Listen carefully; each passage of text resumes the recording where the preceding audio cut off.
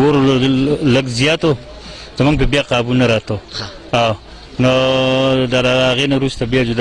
دغه اور ډېر تېز شو بیا پې قابو نه راته نو ریسکو ته یې کړه خو هغه اول به تیل نشته او بیا د هغه 2 غنټې وروسته راورسېد زما به سلپاسه کروړ شوی یو دا د قانوني د حکومت نه اخیستي وو څه پکې لاداریانې وي او جیو بهر د مارکیټ هم سېځل داسې زه خو نه وم خبر شوی زه دلته وم خو خلکو وی چې بهر لېږل دی او پتراوې پې کړل هغه ګاډی 3 غنټې بعد راورسېدو د ایمرجنسي ګاډی چې دی هم ګاډی تقریبا په نیمه غنټه کې مټې ته ځي راځي د مټې نه واپس چې راځي نیمه غنټه کې رارسي نو ډېر اوس هم بلیږي اوس هم دا څونه ټایم وشو خلک لګیا دی اوس هم وجنې خبر شوم د کله چې د ماشین ته زه رالم دوی ما ته اواز وکړو چې اور ولګي د دې د اوسه چې دی نو زه کور ته لاړم او ټول چې څه وو په کور کې بالټي مالټي وغیره د اوبو دپاره چې دی نو ما راواغستل چې دلته رالم نو دوی چې کله اور باندې شروع کړه نو هغه اور داسې د حد نه بهر و او اور چې دی هر طرف ته یو لرګی و د دې د لاسه چې دی نو خلکو ټولو چې دی نو ریسکیو 112 ته کال وکړو چې کال وکړو نو هغو کال اوچت کړو چې زموږ سره جي تیل نشته چې تیل نشته نو بیا د هغې د وجې نه چې دی نو هغو ډېر لیټ رالو چې لیټ رالو نو هغو د خلکو چې دی هغو خلاف وکړو چې تاسو په دې وجه ولې لیټ رالی دا خو منع یې کړو چې لږه اور خو تبایان یې وکړې د دې د وجې چې تقریبا نیم مارکیټ چې ټول لاړ په دې کې زما د تره زوی یو دوکان و چې پای کې تقریبا 1200 چې دی نو سیمټ بورۍ وې د دې سره چې دی غټ کارپوریشن دوکان و د دې سره چې دی 2 هوټلې هغه ټول چې دی په کروړاو تبایان یې وشوې وعلیکم السلام جناب تر څو پورې چې د ریسکو د تیلو خبره ده بېګا زمونږ پاروي مونږ اورې ته تل بالکل زمونږ سره ټینکۍ چې کومه ده پل پلیج باندې تیار ډکه وه د تیلو نه دا خبره مونږ کیټګوریکلي ډینای کوو ځکه د دې مونږ سره ریټن پروف هم شته دی که تاسو مونږ سره وزټ وکړئ نو زه تاسو ته اوس هم ښودی شم چې بېګا مونږ د منګورې نه پیول وډران کړی دی ایز سچ داسې خبره نشته دا چونکې داسې خبره ده زمونږ دغه کال سنټر چې دی دا په سیدو کې دی کله چې مونږ ته کال راشي په 1122 باندې نو زمونږ کسان پولي ګیډ او پولي پریپیرډ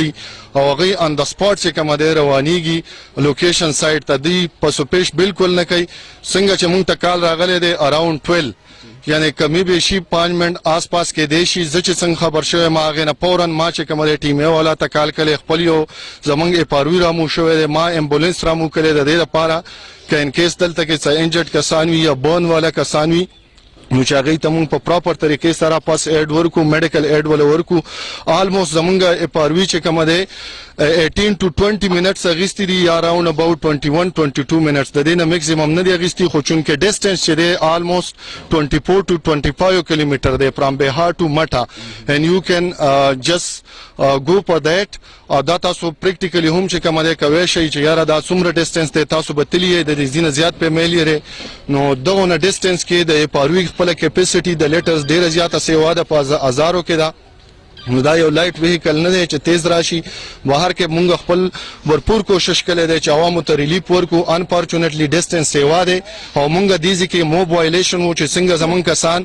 ان لوکیشن شوي دي نو دلته کې دوی پتراو کړی زمونږ کسان چې کومه دی ایز سچ کار ته پاتې شوي نه دي خو کاینډلي موب وایلیشن دی نه کوي کومې ادارې چې د دوی د خدمت دپاره راځي هغې ته دې نقصان نه ورکوي زه به موقع باندې مونږ د بیاکن د خوړ جومات لرګي راوړو او هغه چرای کول او زه بهر ناست وم په دې کې ناسته به پړک وکړی و خلکو چې اوبه راوړې نو ټول ابادي او هغه بیا کنټرول کېده نو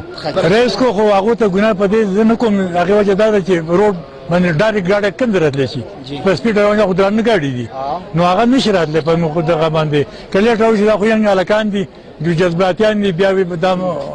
تاسو واپس یو ځئ د کباب هوټلو زموږ د ورځې 15-20 هزار روپۍ سیل کېدو لکه د الله طرف نه مقرره او اور ولګېد بس زموږ کاروبار پکې هم ختم شو سان د 10 لکو نه 12 پورې لکه دې کې پریزور او دغه ډېر غټ کاروبار هر سړي ته پته راځي دغه پاچا مشهور کباب دلته زموږ چې دومره نقصان شو د حکومت د خواست موږ زموږ سره پکې سره او کې موږ لکه کاروبار غریبواله لکه نور څه درک نشته